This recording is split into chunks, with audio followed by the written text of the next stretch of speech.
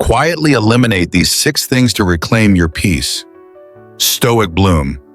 What if true peace doesn't come from adding more, but from quietly removing what's been draining your soul? Imagine carrying a heavy backpack through life, but the weight isn't made of stones.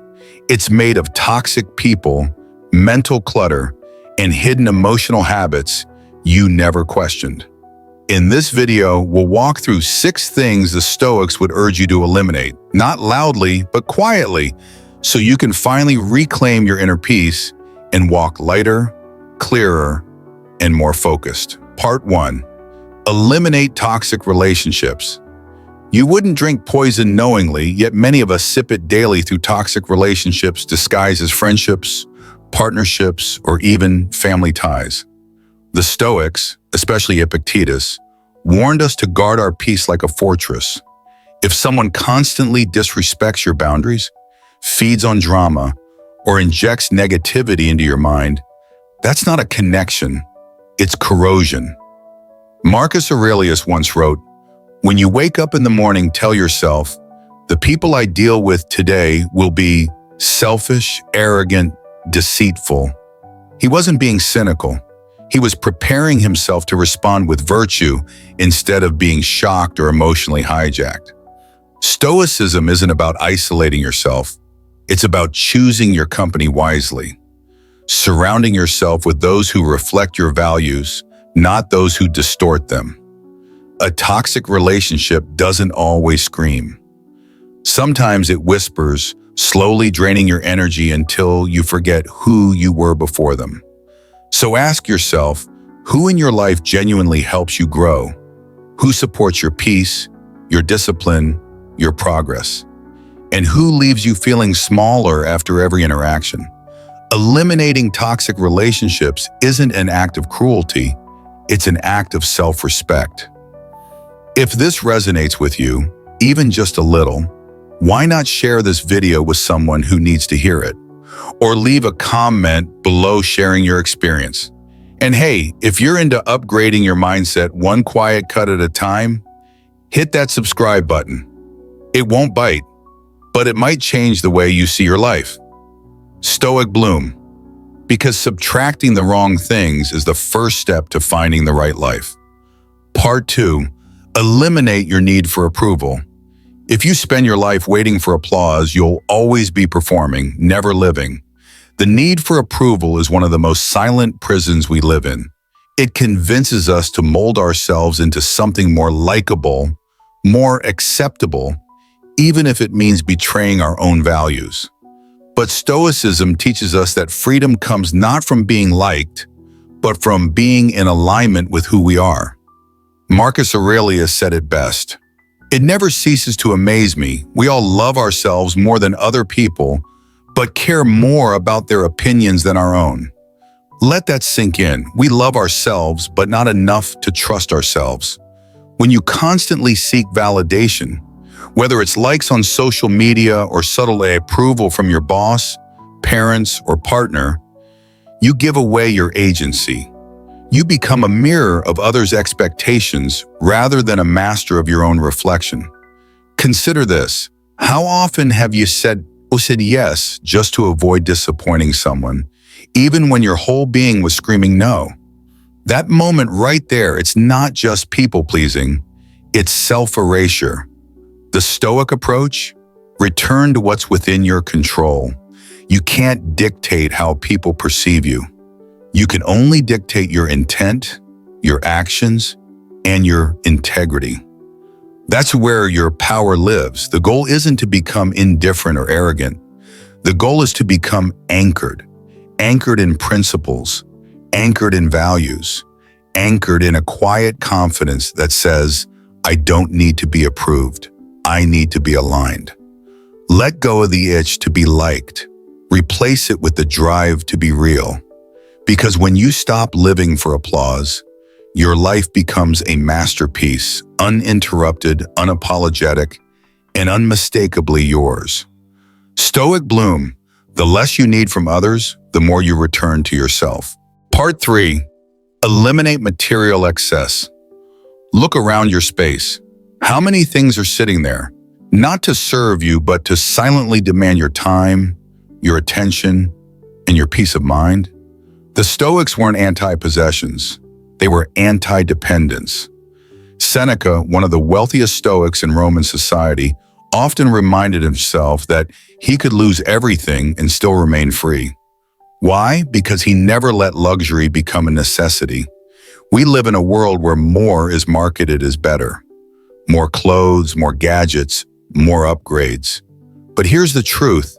Everything you own owns a piece of you back. Every new thing comes with maintenance, decisions, and distraction. Material excess doesn't just crowd your room, it clutters your clarity. Ask yourself, when was the last time a new purchase brought you lasting joy?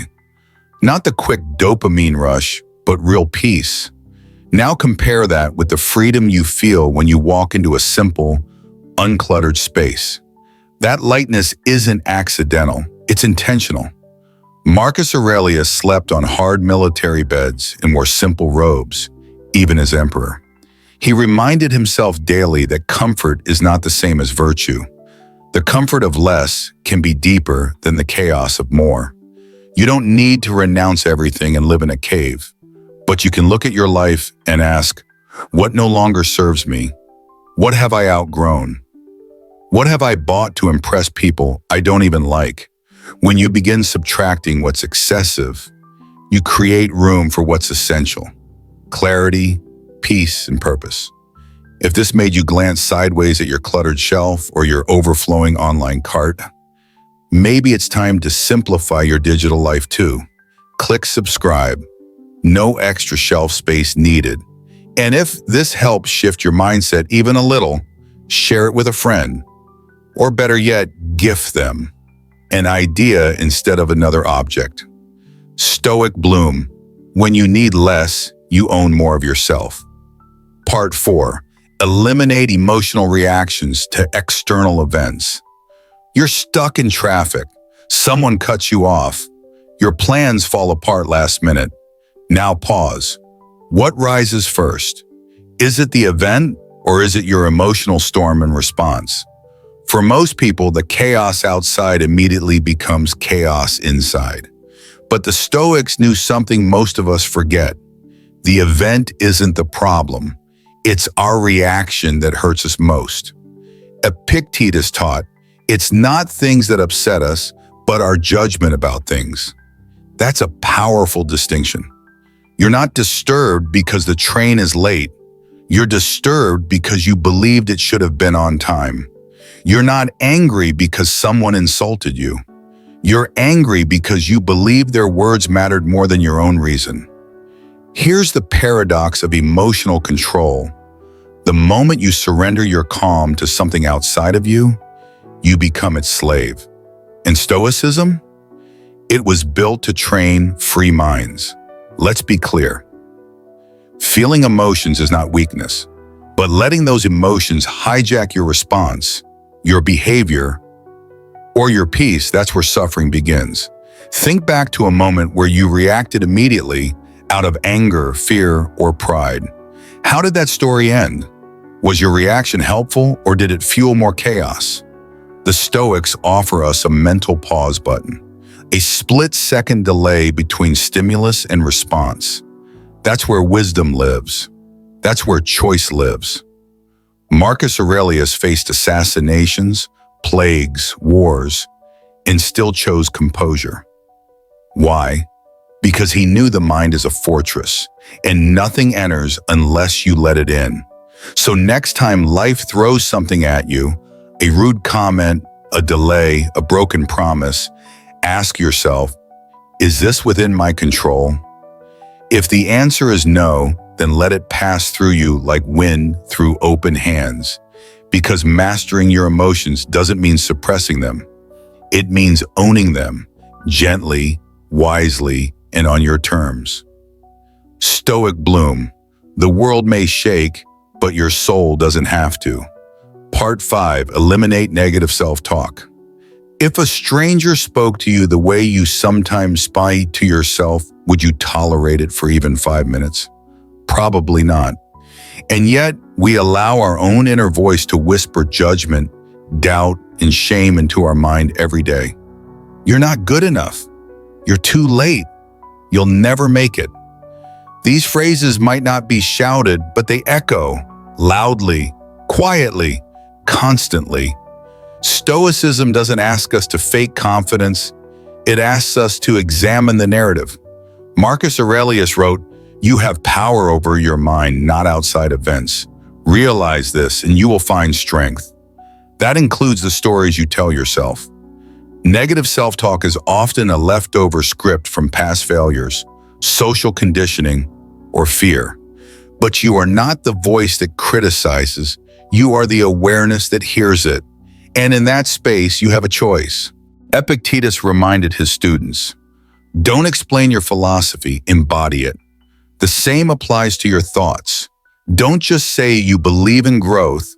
Talk to yourself like someone who's growing. So instead of, I always mess this up, try, I've stumbled before, but I've also risen. Instead of, I can't, try, man, I'm still learning.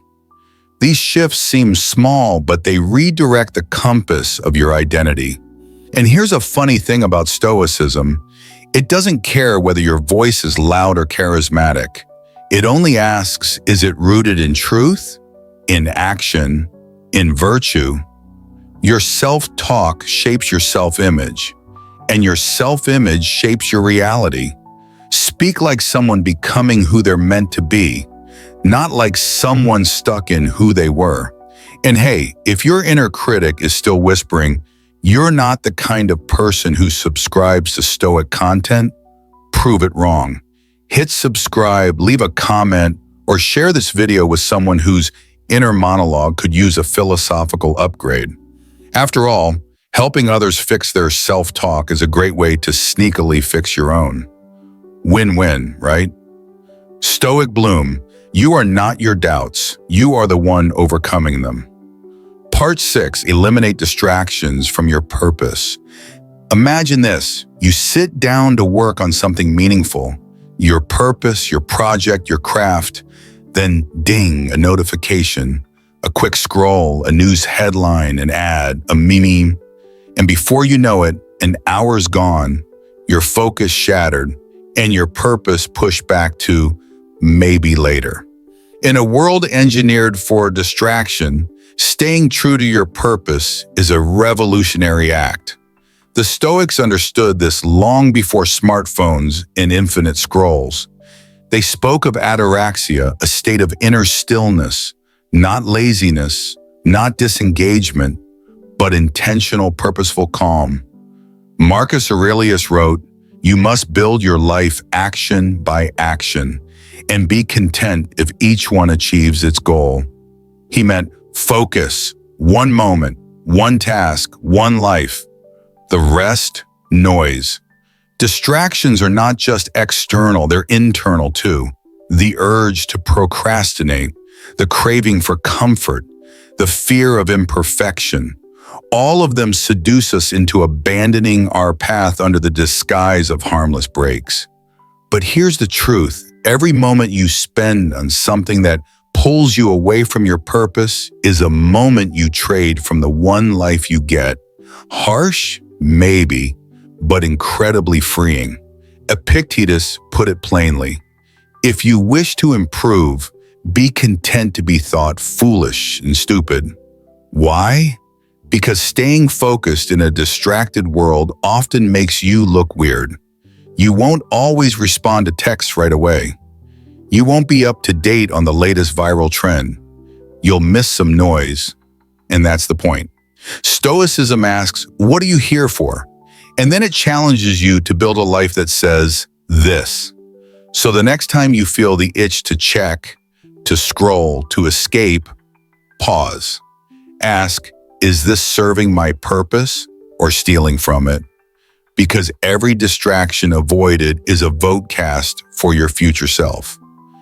Stoic Bloom, your purpose doesn't shout. It waits patiently behind the noise. Conclusion. The quiet power of subtraction. In a world obsessed with addition, adding more achievements, more followers, more possessions, The Stoic path is quietly radical. It asks, what if your peace doesn't come from adding, but from letting go? Today, you've walked through 6 invisible weights many of us carry: toxic relationships, the hunger for approval, material excess, emotional volatility, self-doubt, and chronic distraction. None of these scream, they whisper, they build up quietly, and they steal from you silently.